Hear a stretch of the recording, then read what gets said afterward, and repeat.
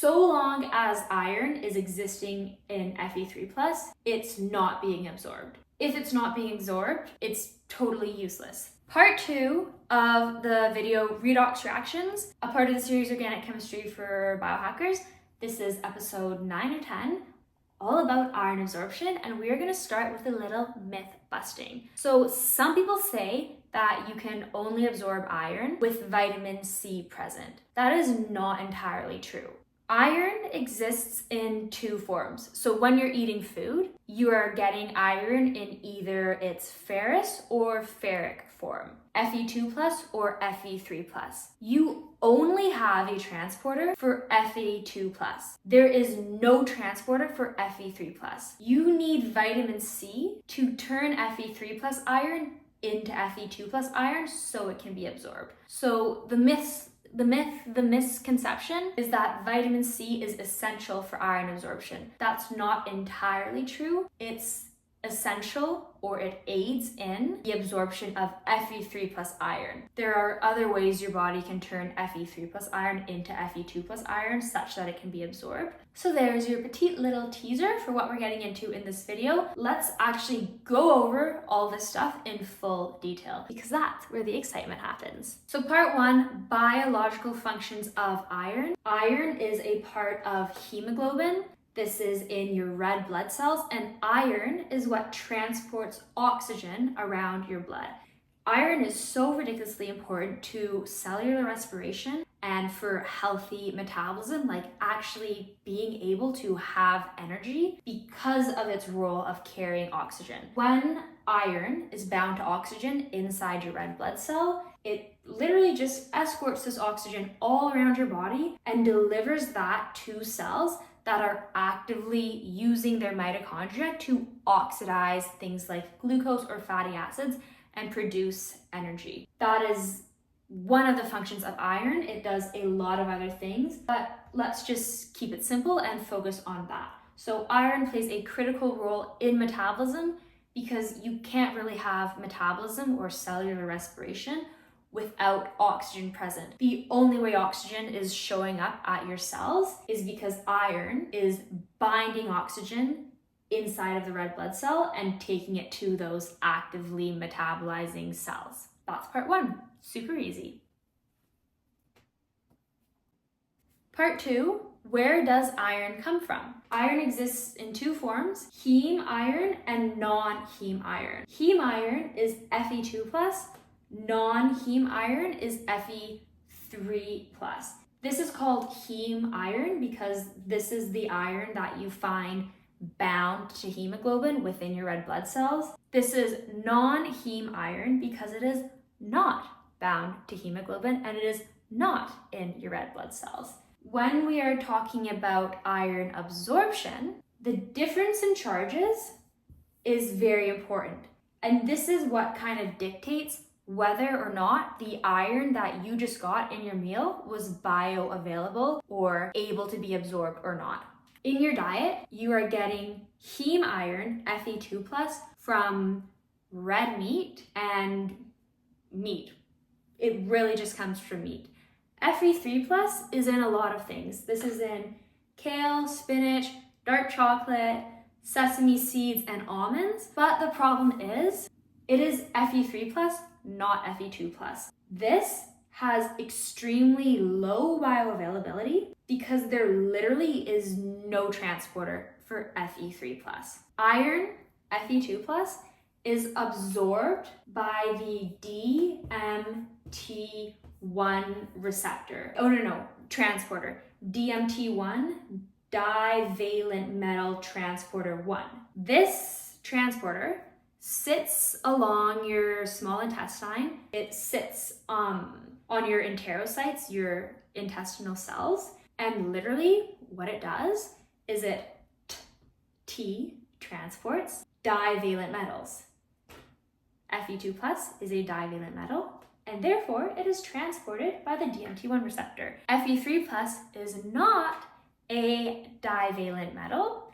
It is not transported by the DMT1 receptor. So now we have a little bit of a problem. All the Fe2+ that you're getting from your high quality animal food products is being absorbed.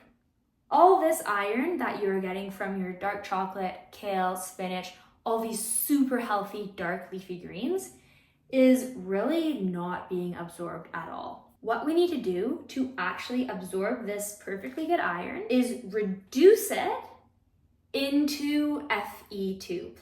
Once Fe3+ is reduced, when it gains an electron and it turns into Fe2+, now it just goes whoop and it goes on into your bloodstream because it was absorbed by DMT1 receptor. Let's figure out how Fe3+ iron is being reduced.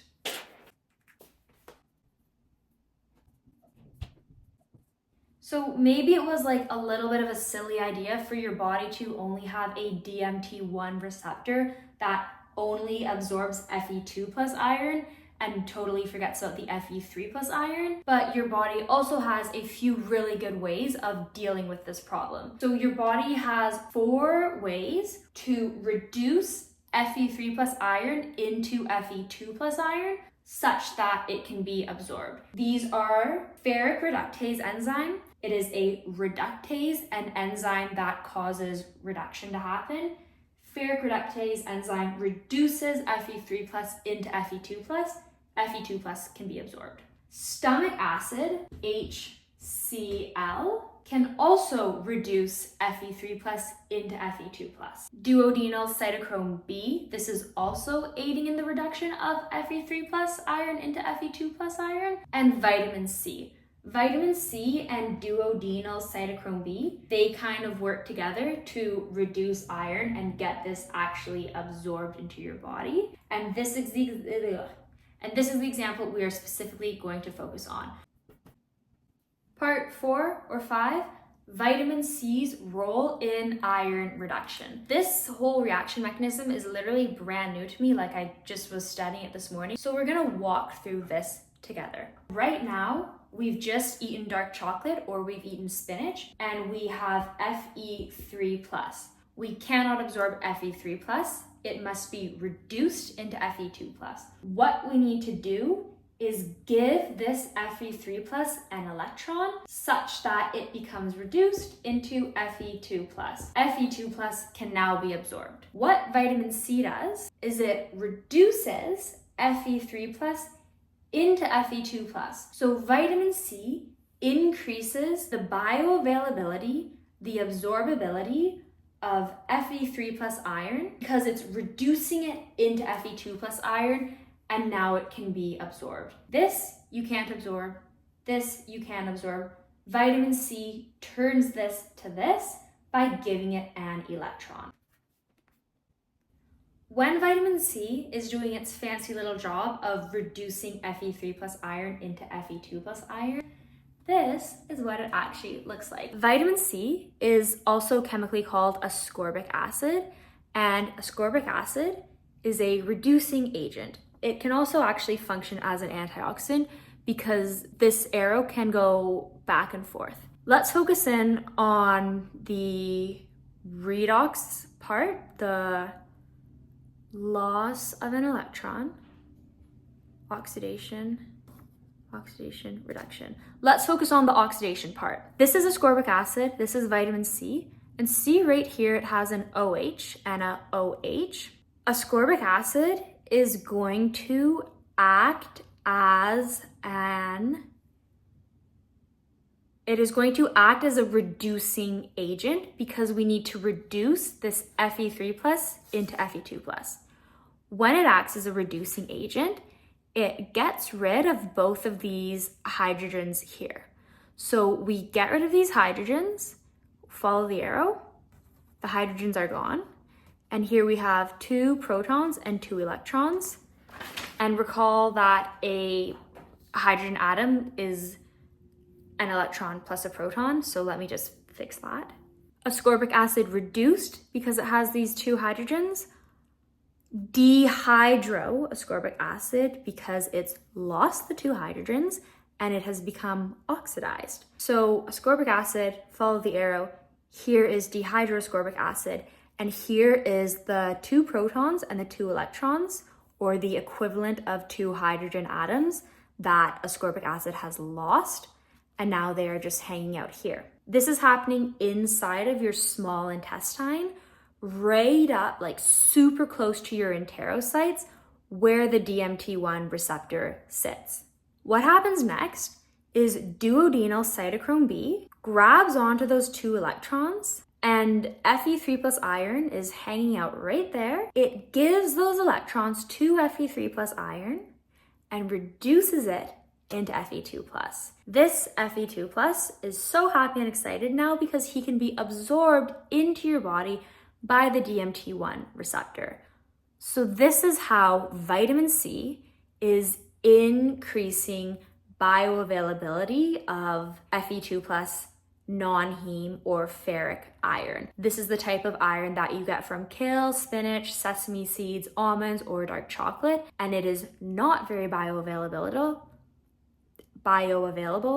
because there is no receptor for Fe3 plus iron. So your body will either be using Ferric Reductase enzyme, stomach acid, or vitamin C with duodenal cytochrome B to turn that Fe3 plus iron into Fe2 plus iron and actually allow it to be absorbed. If you guys enjoyed this video as much as I did, like, comment, subscribe. It helps me put more time, energy, and resources into these videos and ultimately make more educational, exciting content for you guys. This concludes the episode. That was part 2 of the video on redox reactions and iron absorption as part of the series Organic Chemistry for Biohackers. And I hope you all have a really rocking day.